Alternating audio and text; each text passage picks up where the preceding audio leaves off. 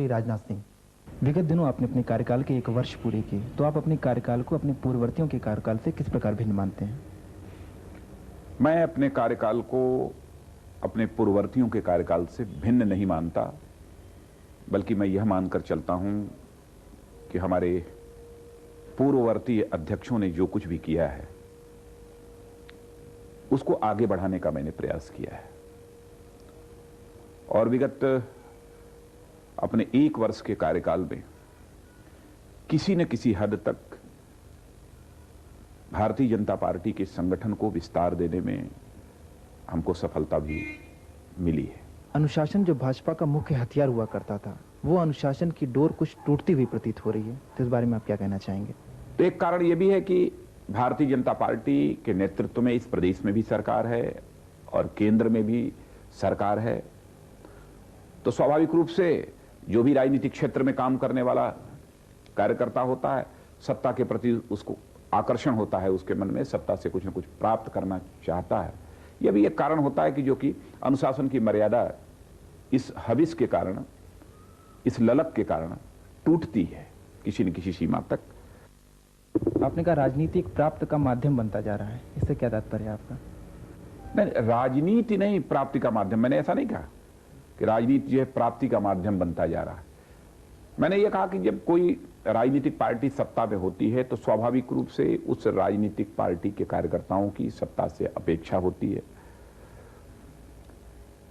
लेकिन मैं सौभाग्यशाली मानता हूं भारतीय जनता पार्टी को इस मामले में कि बहुत बड़ी जमात भाजपा में ऐसे कार्यकर्ताओं की है कि जो कि अपने राजनीति का उद्देश्य केवल सत्ता प्राप्त करना यह मानकर नहीं चल रहे हैं। इस बीच में आप में और श्री कल्याण सिंह जी में 2 ध्रुव बनते हुए नजर आ रहे हैं, तो भाजपा का जो ध्रुवीकरण हुआ है, इसके बारे में आपके क्या विचार हैं? नहीं, कोई 2 ध्रुव नहीं बने। श्री कल्याण सिंह जी हमारे प्रदेश के मुख्यमंत्री हैं और इसे भी नहीं भूलना चाहिए कि वो हमारे नेता भी हैं, और मैं इसको नहीं भूलता, भले ही मैं भारतीय जनता पार्टी का अध्यक्ष हूं। 2 ध्रुव का तो सवाल ही नहीं पैदा होता। जो पार्टी एक राजनीतिक विचारधारा अथवा राजनीतिक दर्शन को मानकर चलती हो, उसमें कोई व्यक्ति ध्रुव नहीं बन सकता। अच्छा, कोई ऐसा क्षण जो सर आपके लिए अविस्मरणीय रहा हो पूरे जीवन में? क्षण के लिए यदि आप कहते हैं तो वह क्षण जिस समय मैंने शिक्षा मंत्री रहते हुए उत्तर प्रदेश की शिक्षण संस्थाओं में हो रही नकल को रोकने के बारे में संकल्प लिया था,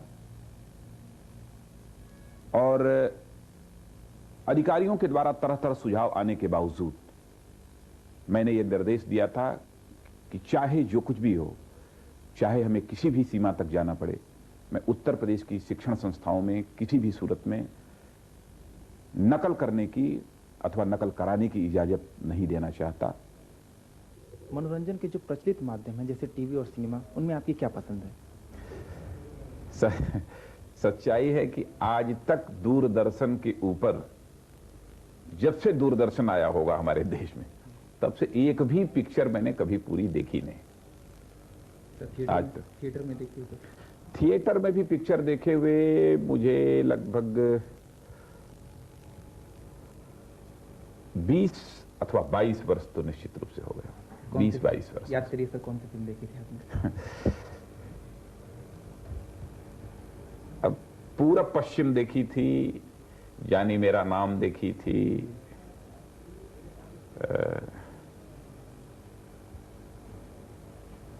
सब ध्यान में नहीं आ रहा कौन कौन सी पिक्चर देखी। कोई गीत बताइए जो आपको बहुत पसंद है।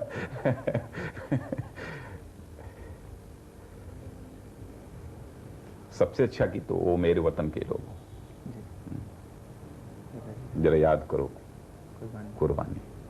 किस तरह ये गीत तो बहुत ही पसंद है। किस तरह का संगीत सुनना पसंद करते हैं? अरे संगीत सुनने का अवसर मिले तब तो मैं बताऊं कि कभी किस प्रकार का संगीत सुनना पसंद करता हूं।